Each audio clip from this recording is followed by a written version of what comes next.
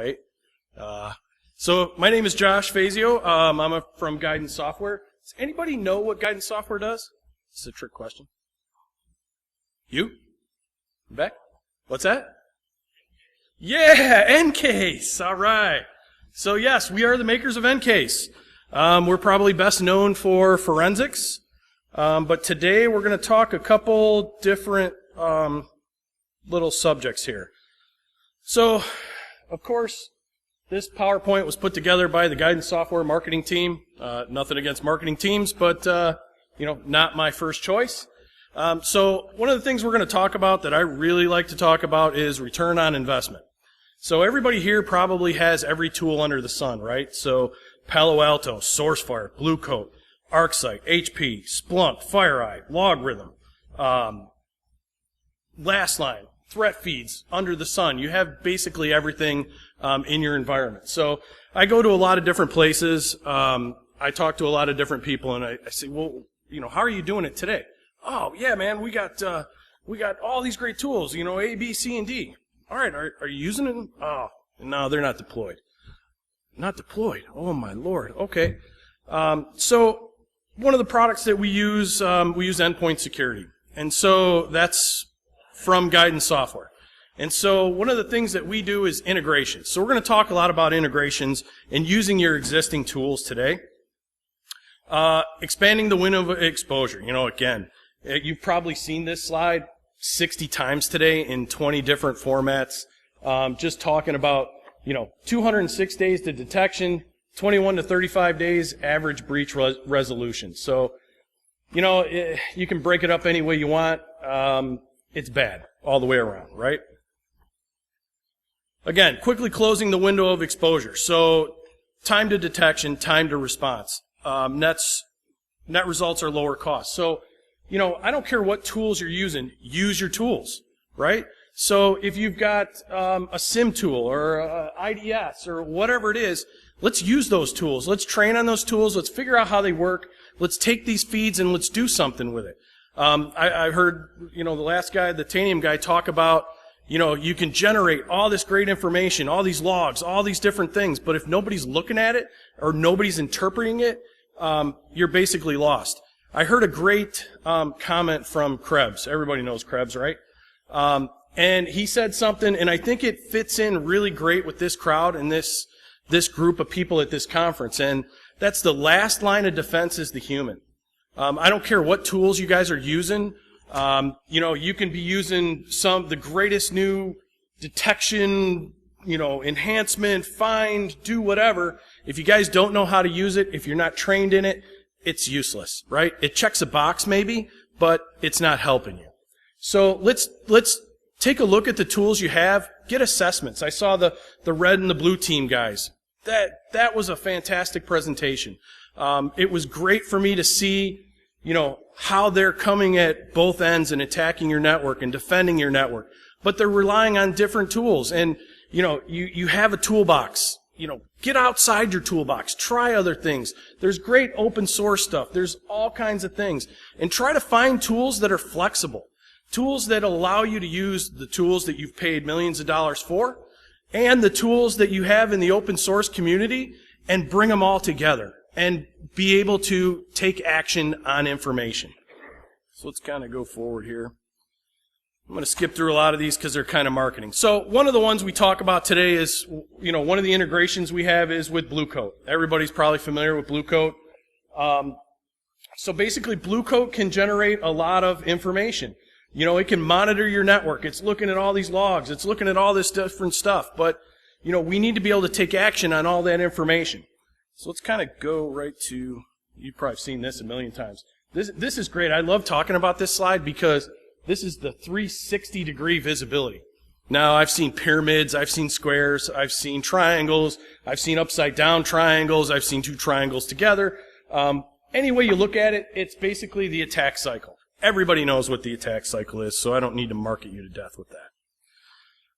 So let's kind of just look at, I'm going to skip through some of this stuff.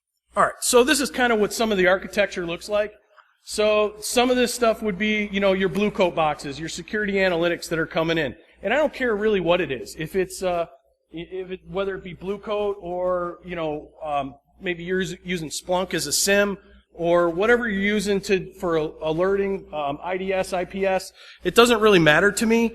But what matters to me is that you're collecting all this information and you're doing something with it.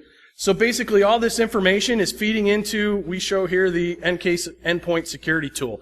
And so that's really where our forensic heritage and your forensic knowledge really comes into place. So we want to be able to take all this information and go out and collect volatile data, because that's really what it's all about today, right? So we want to find all that volatile data, and then we want to be able to look at it and do something with it, take action. So we get these alerts. The other thing we want to be able to do is tune these machines so that they become more cost effective, because they're generating thousands and thousands and thousands of alerts. That's not really doing you guys any good.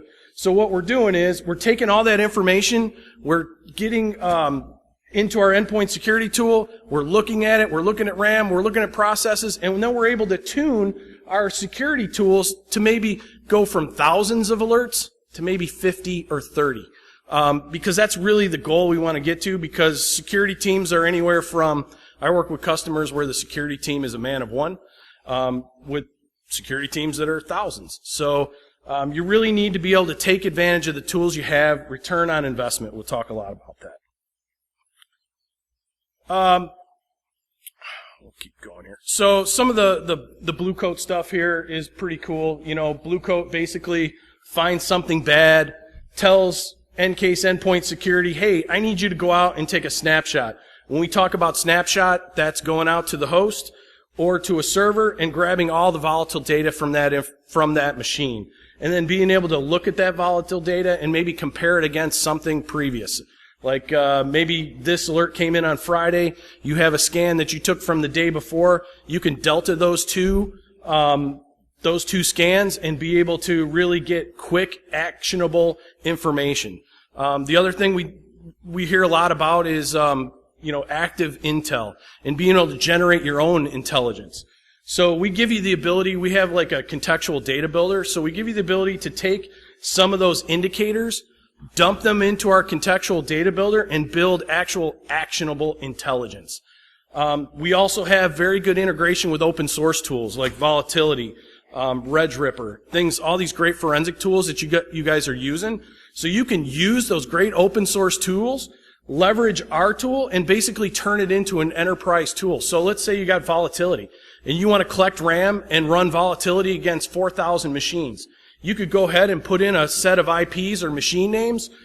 Our tool will go out, grab all that, run Volatility against it, and put the results somewhere for you. So makes it really flexible. Open APIs. So I don't really care if it's, if it's FireEye, if it's Blue Coat, Palo Alto, whatever you're using, I don't care. I can integrate with it and bring more value to the tools you've already spent money on. And that's the name of the game. So, like here, this is we're reviewing some RAM in the ENCASE One web client. So we're looking at processes. We can look at open files. We can look at accounts. We give you the ability to do a lot of things in your environment. I heard somebody in a talk about PII. You want to know where your bad stuff is. So you've been breached. You know where you were attacked. So now let's go out. Let's create a PII scan and see what's actually there. What credit card information, social security numbers, all that great stuff. Let's find out where it is, what it is. Let's look at the registry. Let's be able to do entropy scans. So this is really cool. So we find a breach. We find a piece of malware. I know somebody said there hasn't been a 0 day in a long time, but let's just pretend. Today there was a 0 day, and nobody else has seen this thing. So we all know we can't rely on hashes, we can't rely on signatures. So we can use our entropy scans to be able to look at these things at the block level. So when they change, when they pack, they unpack, they become different, we can run this entropy scan and actually look at those blocks and then score them from 100 down to 5 and make some decisions. We also give you true remediation. So I find it really funny. I've had, maybe in the last 3 months I've seen, 300 customers. And every time I ask them, what's their definition of remediation? Let's pick on somebody. Somebody's close. How about this guy in the red sweatshirt right here? What's your definition of remediation? Nuking the machine? Yeah, well, I guess that works too. Anybody else? Give me anybody. What's your definition of remediation? Okay, I've heard that one before. Anybody else? What's that? Okay, yeah. I've also heard patching, right? Go ahead. Absolutely, that's a good one. So we do remediation a little bit different. We take a couple different phase approach to it. So everybody knows ENCASE. We have a forensic heritage. We wipe this stuff. It's a forensic level wipe. It's gone. So, but what we do is we collect it first. We put it in what we call a logical evidence file. CRC'd, hashed, everybody's familiar with that. So then we can put that away. So when the FBI comes knocking at your door, or any three-letter agency, or you get sued, you've got that information, right? So to be able to go from finding the malware to being able to do an entropy scan, and then being able to go out and remediate all your files, including the registry, and get you back to a known good. Because, you know, a lot of companies just do rip and replace. Rip and replace costs thousands of dollars. So we want to get you back up and running very quickly, be able to remediate this stuff, keep critical business infrastructure up and running. Does that make sense? I think everybody likes to save a little money. We already talked about this a little bit. Determining sensitive data impact, finding out where your information is.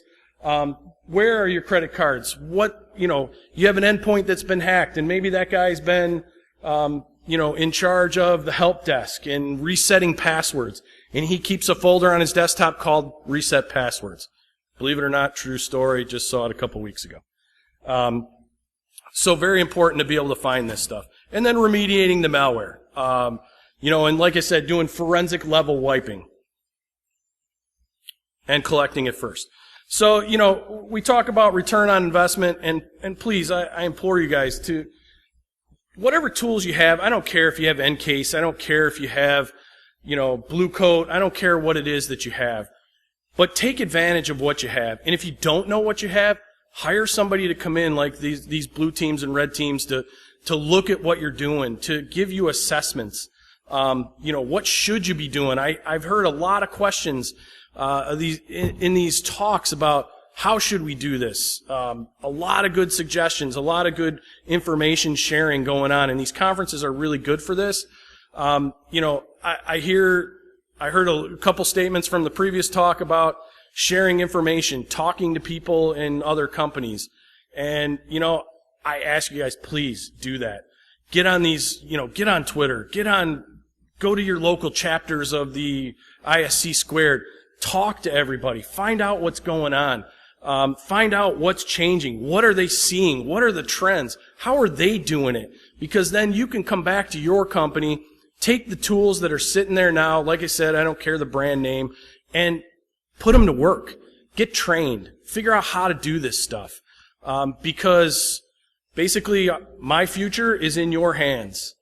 You guys are all defending critical infrastructure. I don't care if it's a bank. I don't care if it's a credit card company.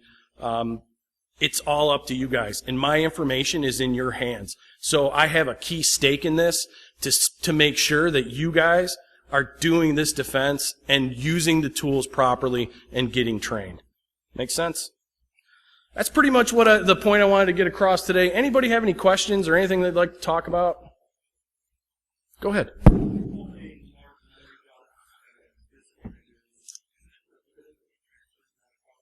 It absolutely is. So we're not actually pulling full memory dumps. We're basically pulling the metadata about what's in that memory dump. So we're not pulling it over the wire. Something that we kind of, there's been a lot of debate over agents on the endpoints. Everybody's got 1 million agents, and it's burning up the endpoints. So we've always in the past, we've had what's called a passive agent, sits there quietly, doesn't really do much until you call upon it. So, which is a good thing. But we came out with this new thing this year called the active agent. I don't like calling it the active agent. I like calling it the passive-aggressive agent. It seems more fitting to me. So basically what this thing has the ability to do is be mindful of your network. So you want to collect all this volatile data, but you don't want to be ripping the network apart. We give you the ability to save that thing locally. also with endpoints that are off the network, so maybe your road warriors or something like that, I give you the ability to save all that volatile information in a folder of your choice, encrypt it all, and then when they come back, being able to send that up and review it. So a good use case for that is, I was getting a lot of asks for this use case. So you're in charge of your network. One of your C-levels says, hey, I'm going to be traveling to China on Friday. I'm going to be off the network, but I'm going to be using my laptop. That scares the crap out of all of you, right? So basically what you can do is you can set that thing to start snapshotting that machine every minute while he's gone, and then when he comes back, bring all that in and delta everything. You can see it'll highlight everything that's changed on that machine, and then you can make good decisions from there of, do I need to rip and replace? Can I remediate? Is something bad on the machine? So again, saving you money, saving you time. You know, we all know that we have all these great policies in place in our environments, but sometimes C-levels like to kind of skirt those policies, and they don't like to go by those policies. Hopefully there's no C-levels in here that I offend today. But this is a good way to get value out of that. So, any other questions? All right, that's all I got. Go drink some beer.